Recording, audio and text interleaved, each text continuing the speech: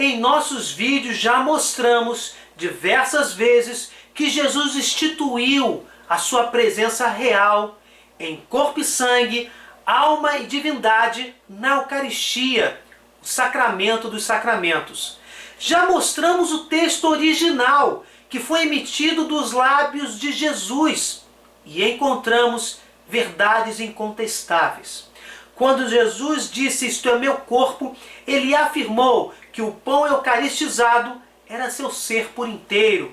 E quando disse "Isto é meu sangue", ele quis dizer que o vinho consagrado era a sua própria vida divina. Em João 6, no discurso do pão da vida, mostramos todos aqueles versículos que afirmavam a mesma coisa.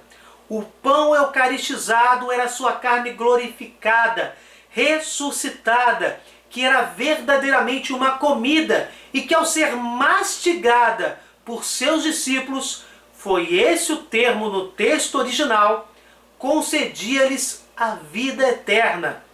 Era e é o pão do céu. Esse discurso foi tão claro que alguns, sem entender, no verso 66 de João 6, achavam que Jesus estava falando de canibalismo e o abandonaram.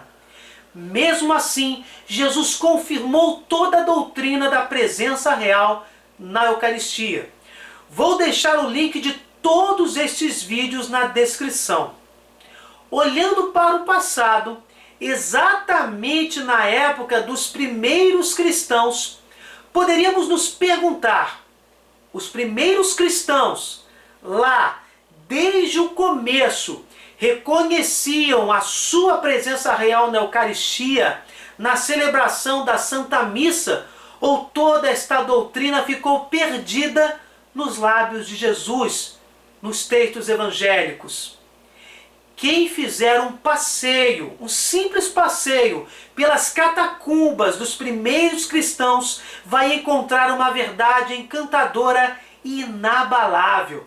Desde o começo, os primeiros cristãos reconheciam a presença real de Jesus em corpo e sangue, alma e divindade na Eucaristia. Além dos textos bíblicos incontestáveis, a arqueologia nos traz confirmações muito interessantes. Comecemos após a ascensão de Jesus aos céus, quando começou a pregação dos apóstolos.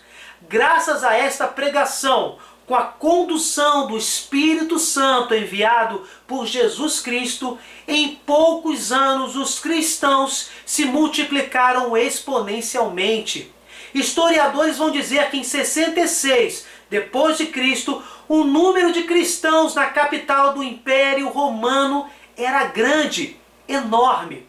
Já não era uma pequena seita dos nazarenos, expressão usada para desmerecer o grupo dos discípulos de Cristo, como está em Atos dos Apóstolos, capítulo 24, verso 5. A profecia de Jesus Cristo de que seus discípulos seriam odiados e perseguidos, como está em Mateus capítulo 10, verso 22, começa a se cumprir desde os tempos apostólicos. Por serem simples e discretos, muitas acusações falsas foram atribuídas aos primeiros cristãos. Judeus começaram a acusar os cristãos de se reunirem secretamente para fazerem sacrifícios, onde se comiam a carne e o sangue de suas vítimas. Como os cristãos guardavam as 7 chaves, a doutrina da Sagrada Eucaristia, e celebravam a Santa Missa sempre em segredo, começaram a circular acusações absurdas, como a de que os cristãos sacrificavam e canibalizavam crianças inocentes. O zelo pela doutrina da presença real de Jesus na Eucaristia era tão forte que nenhum não batizado poderia aprender sobre ela. Os próprios catecúmenos, os batizados que estavam sendo catequizados para se integrarem definitivamente e comungarem, deixavam as igrejas justamente quando a parte mais solene da liturgia começava. Falar dessas coisas aos de fora era um crime tão grave que apenas hereges e apóstatas ousavam fazê-lo. Mesmo com tanto cuidado com a doutrina da Eucaristia, eles ainda deixaram vestígios claros de sua fé na presença real do Senhor na Eucaristia. E mais, sinais da adoração que davam ao corpo e sangue do Senhor. Percebam que o zelo com a doutrina confirma a própria doutrina da Eucaristia. Se, durante as suas assembleias, eles oferecessem simplesmente pão e vinho comuns, não haveria nenhum problema de fazê-lo diante de todo mundo, sem perigo ou medo de perseguição.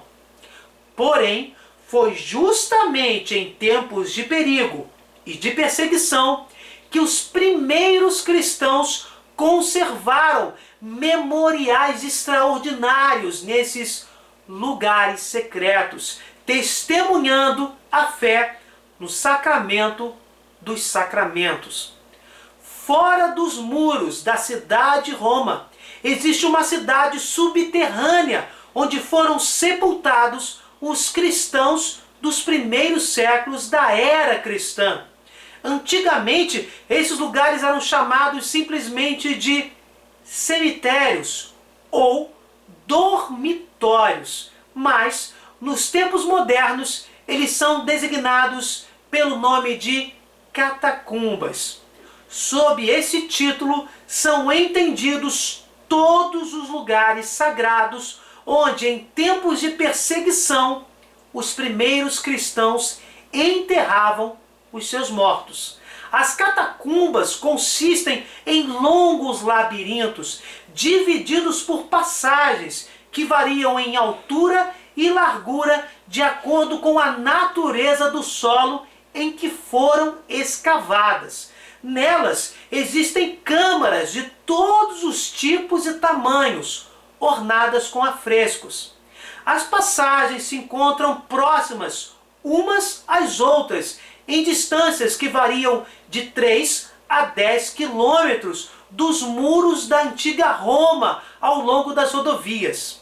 Calcula-se que, unidos, o comprimento desses corredores subterrâneos exceda 560 quilômetros de extensão.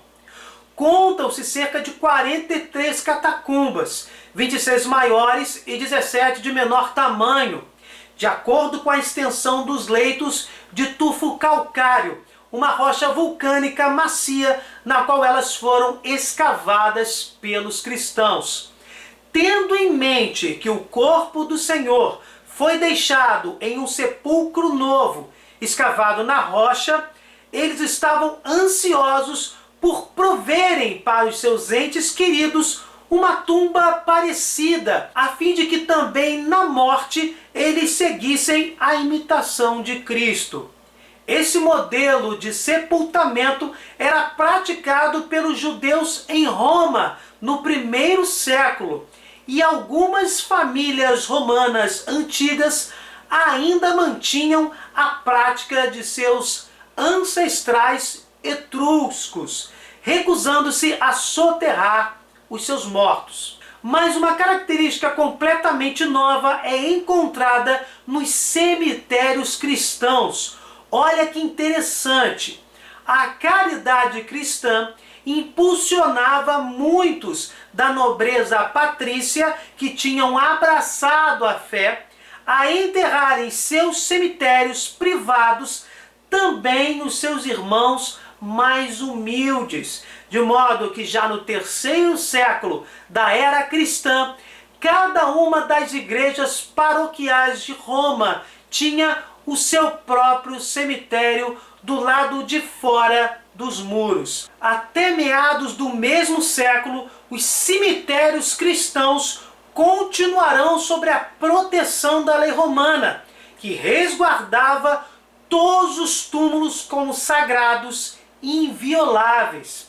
A história deixou-nos os nomes de muitas nobres mulheres, como Domitila, Lucina, Priscila e Ciríaca, que fizeram as suas propriedades de cemitérios e receberam em suas próprias casas as urnas com os corpos dos santos mártires.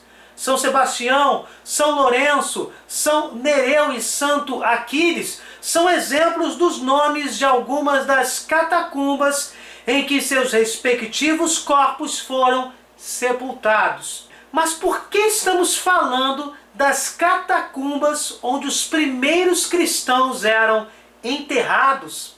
Exatamente por este zelo pela doutrina da Eucaristia, para que tal verdade sublime não chegasse nas mãos de pessoas não batizadas durante exatamente estes anos de perseguição, a própria divina liturgia foi transmitida mais por memória do que por escrito. Com exceção das explanações de Tertuliano e de São Justino Mártir, em suas apologias, não era permitido ao mundo profano nenhum acesso aos sagrados mistérios.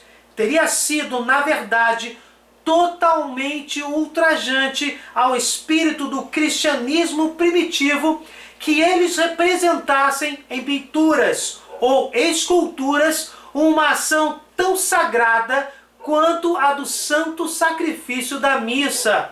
As terríveis calúnias que eram dirigidas aos cristãos, sem mencionar os ritos dignósticos que debochavam dos ritos cristãos quando tinham acesso a esses ritos, obviamente, fizeram os fiéis guardar com a mais estrita discrição tudo o que dizia respeito ao Augustíssimo Sacramento do altar. Por isso, não é difícil que os protestantes façam a sua própria ideia da ausência dessas imagens nos afrescos das catacumbas, argumentando que, por não se verem representações de padres paramentados, altares com luzes e incenso, essas cerimônias eram desconhecidas dos cristãos primitivos. No entanto, como já disse em outros vídeos, a busca deve ser sincera. Não se deve buscar somente evidências de nossas próprias afirmações e ignorar o resto. Qualquer pesquisador sério procurará descobrir o significado das figuras encontradas nas paredes das capelas subterrâneas, interpretando-as à luz das expressões comumente usadas pelos escritores cristãos do mesmo período.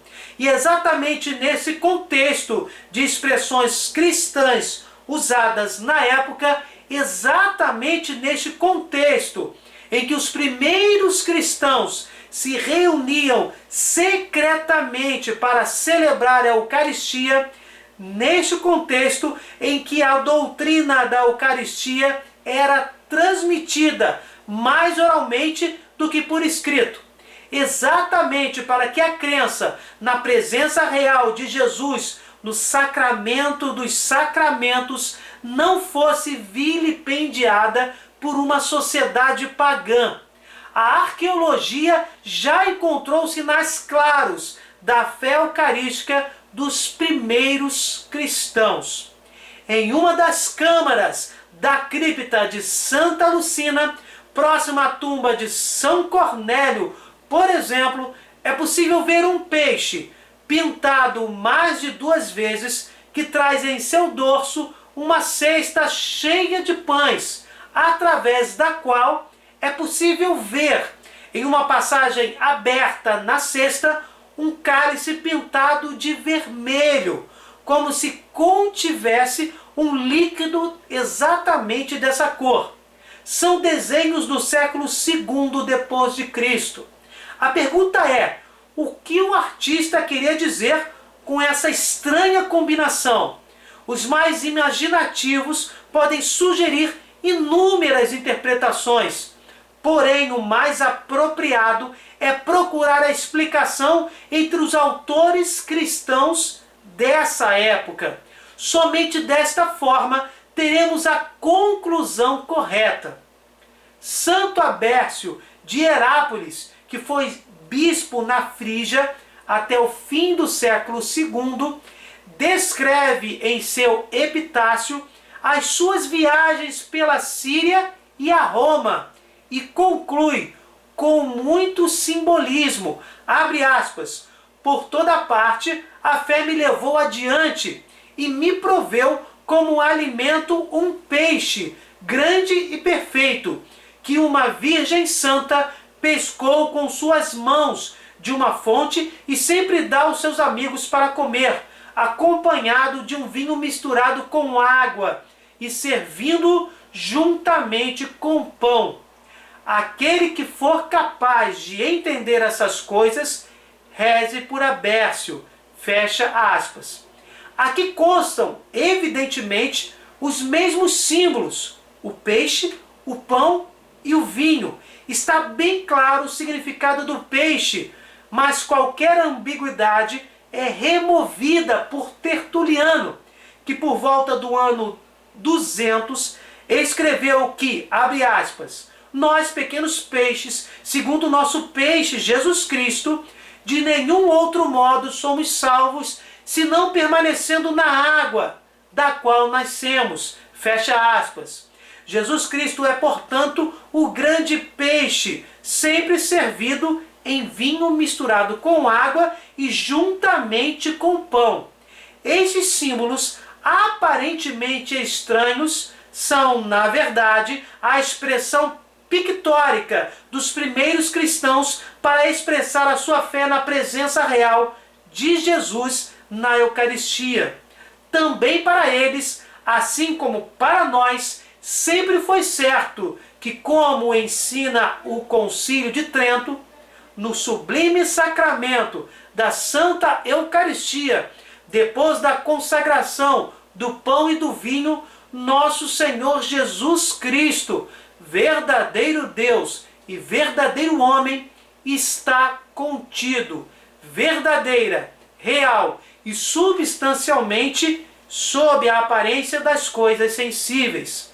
São Justino Mártir, também do século II depois de Cristo, portanto, expressa o que professava na época, escreve: depois da ação de graças do presidente e da resposta do povo, os diáconos, como se chamam entre nós, distribuem o pão e o vinho entre os que pronunciaram a ação de graças e não os tomamos como alimento e bebida comuns, do mesmo modo como nos foi ensinado que pela palavra de Deus, Jesus Cristo, nosso Senhor, se encarnou, assim também estes alimentos, para os que tenham pronunciado as palavras de petição e ação de graças, são a verdadeira carne e sangue daquele Jesus que se fez homem e que entra na nossa carne quando o recebemos. Não sabemos quando o peixe se tornou símbolo